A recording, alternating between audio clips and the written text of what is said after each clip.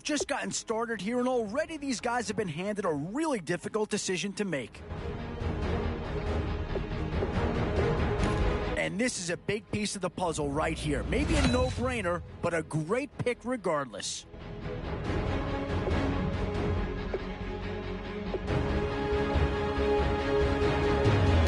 Oh, no question that this guy's going to grade out as a huge impact over what was there before. Oh, and that's a key upgrade right there. He's versatile, athletic, and a big upgrade over what they had.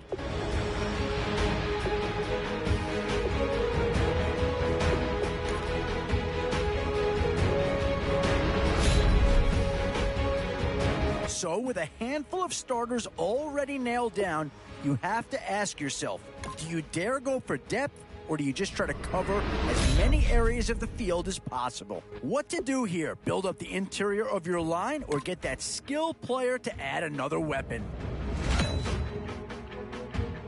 In these middle rounds, you have to start asking yourself, do you settle for what's available now, or do you try and push your luck?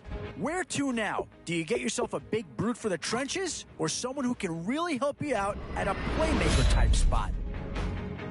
Still some big holes remaining to be filled. Here's where you may have to go after a lower rated player just to make sure you get coverage in all areas. Boy, it's finger crossing time now. With the end in sight and a few more holes to fill, you've got to be hoping that there's still a gem or two that becomes available. Boy, a tough choice here, but one that any organization would love to have. How do you go wrong with these three guys? Both offensive and defensive options here. They might have to ask themselves which side of the ball needs more attention.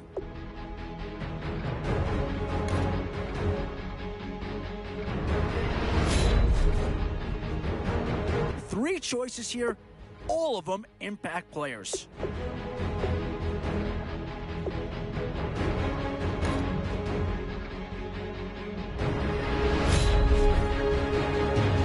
Well, the Ravens are a smash-mouth football team, and they've got a chance to have a second player drafted here.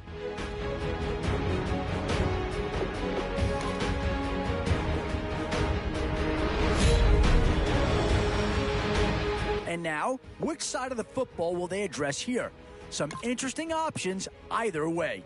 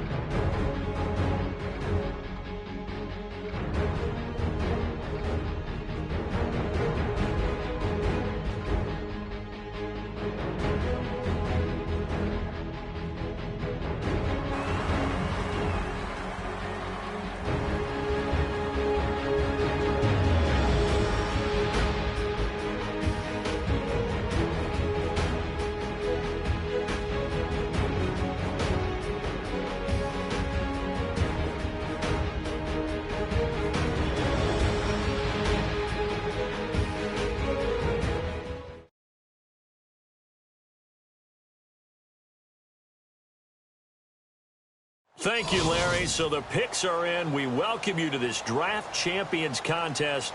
I'm Brandon Gaudin along with Charles Davis, ready to call the action. And let's get to it. Down to the field. It's time for kickoff.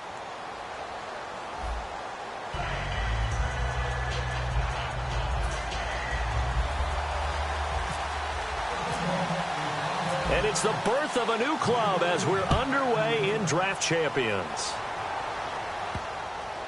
This fielded a few yards into the end zone. And no run back here. This will be a touchback, and it comes out to the 25-yard line.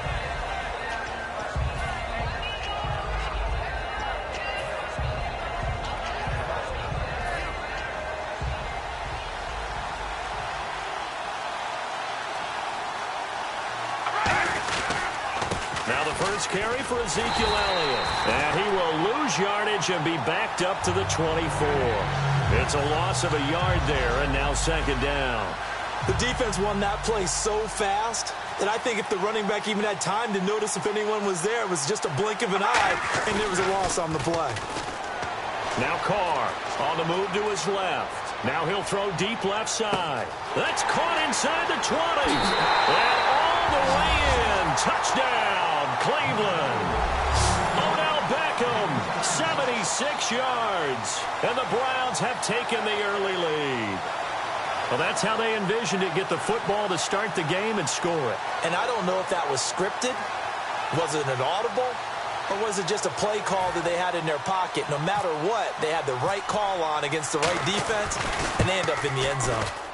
And his kick is no good. An inauspicious start here kicking-wise as this one stays a 6-0 game.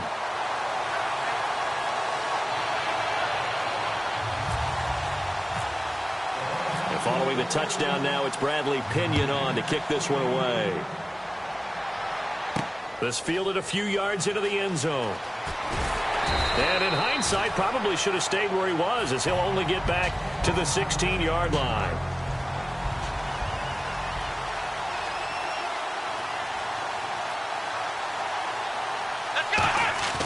They go play action here on first down. In trouble here, and down he goes. Back at the 8-yard line. And look who, the former Seahawk first-round pick, Bruce Irvin, coming in from that outside linebacker spot to bury him for a loss of 7. Now a clash of bodies here, and it's intercepted. Picked off by Deshaun Shedd. And his guys will take over at the 30-yard line. And now Cleveland geared up to take the field. And they'll just simply be looking to build off the confidence of the last time out where they scored a touchdown. And confidence is powerful, isn't it? When you've scored once, you feel like you can go back out there and get it done again. Doesn't matter what the defense throws at them. They feel like they're in a groove right now, and they want to get out there and show it. Yeah, hoping to stay in that groove here this go-around. So the incomplete pass brings up second down.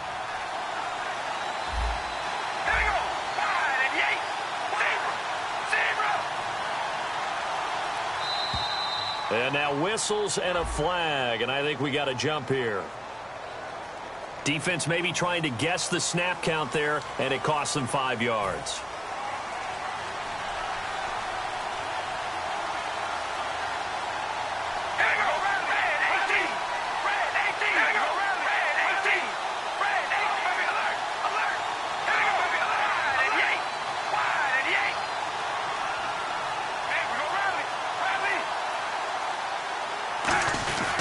After the penalty, it's Elliott. And he'll be taken down near the 20 at the 21. Still a couple yards short of the first as the 3-yard gain brings up a third down.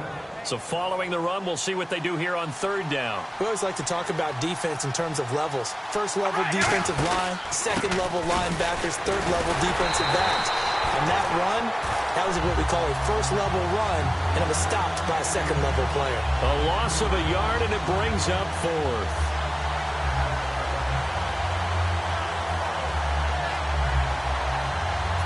So now the Browns will turn it over to their field goal unit here. They'll spot it at the 30, so this is a 40-yard attempt. And he's got Shockey. And he'll take it into the end zone for a Browns touchdown. Jeremy Shockey, a 22-yard touchdown grab. And the Browns add 6 to their lead. Right there, the fake worked out perfectly. The holder took the ball and found his man. A perfect fake field goal. Love it.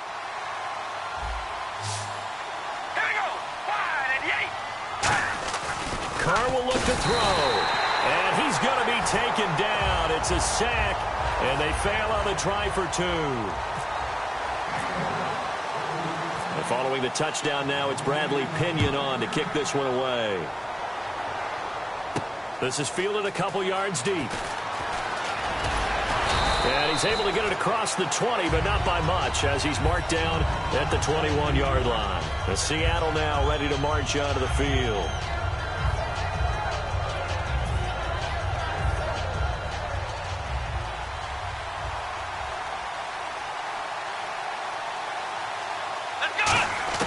They go back to the air here after the INT on the last drive. This one complete to Devin Funchess. It goes as a pickup of 23. And that'll be good for a Seattle first down. An ex-teammate used to tell me all the time, I hate experienced quarterbacks because no matter what, you really can't hide what you're doing. And I think that right there, he knew right away where the blitz was coming from, where his primary guy was going to be, and he ended up going to a secondary target for a nice game. I was just going to ask you, that wasn't the primary target. He's so good at that, isn't he? I think he knew right away that he wasn't going to get to his primary guy. I think he read that as soon as he got to the line of scrimmage, knew where the pressure was going to come from, and said, I know how to beat that, and that's what he did.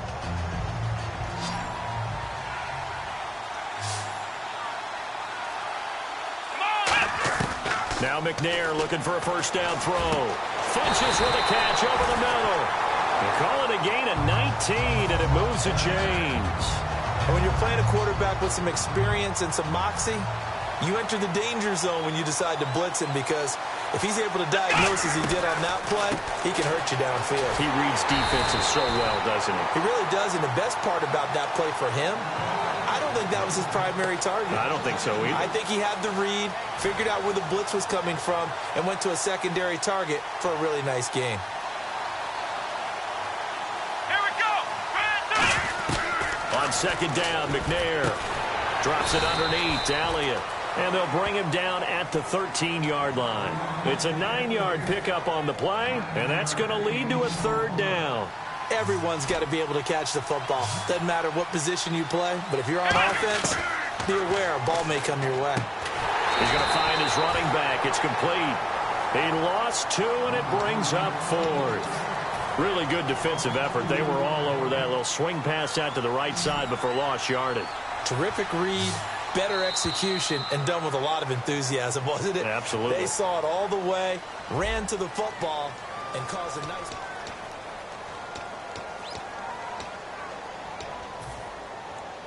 And no move to get the offense off the field. They're going on 4th and 5. Out of the gun, it's McNair. Hit as he throws, and this is going to be incomplete. Bruce Arians takes a shot there, but his guys come up empty. And this Browns defense stands tall. And now Cleveland geared up to take the field. They come out 5 wide, 3 of them to the right side. Here's Carr. That's caught by his tight end, Shockey. And he'll get this up to the 30-yard line. A solid gain of 15 yards, and the sticks move. And the offense lining up 1st and 10. They come up in an offset eye. Throwing on first down is Carr. And no escaping this time as he'll go down. They got him for a sack. That one will set him back nearly 10 yards here on first down on the sack. Carr to throw on second down. And the hit jarred it loose. It's incomplete. And the offense looks to pick up the first here on 3rd after that incompletion.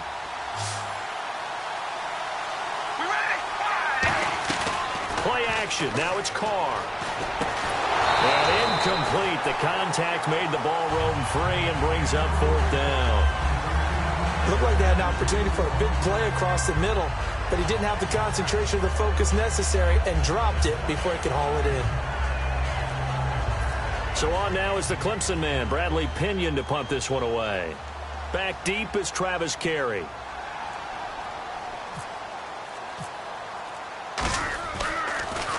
He'll send this one into the Midwestern air, and it's a good one. Now Carey. A big kick that time, 52 yards. And it'll be Seahawk football, 1st and 10. As Seattle now ready to march out of the field. They had a great drive going last time. They were moving the ball, and then all of a sudden it just stalled out. So we'll see what they can do here, Charles. And it's always easy to second guess when you don't get it on a 4th down try. But they had to like the feeling that they had going on offense.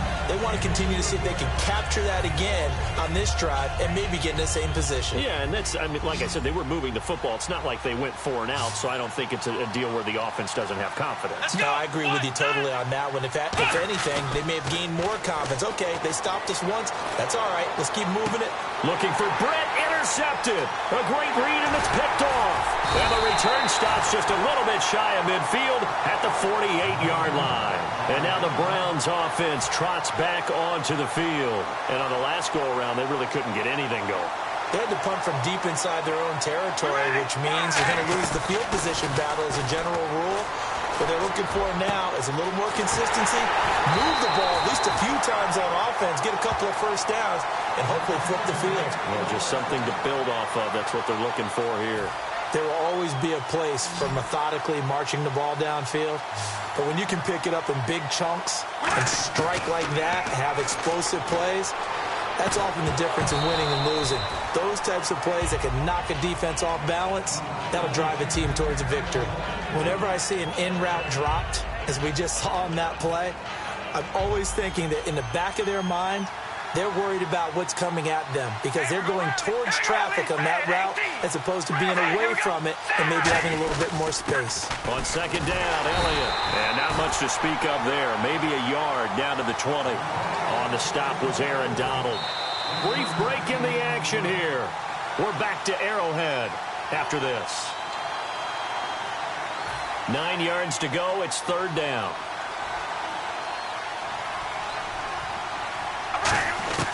Throwing his car on 3rd down. Escaping the pressure right. He may try and run for this. And this is brought in by Pryor. So how about that one, Charles? We haven't seen that in a while. The illegal forward pass. The quarterbacks get so much leeway on this play that you're right, Brandon. It is very rare that we see the call come out for a legal forward pass.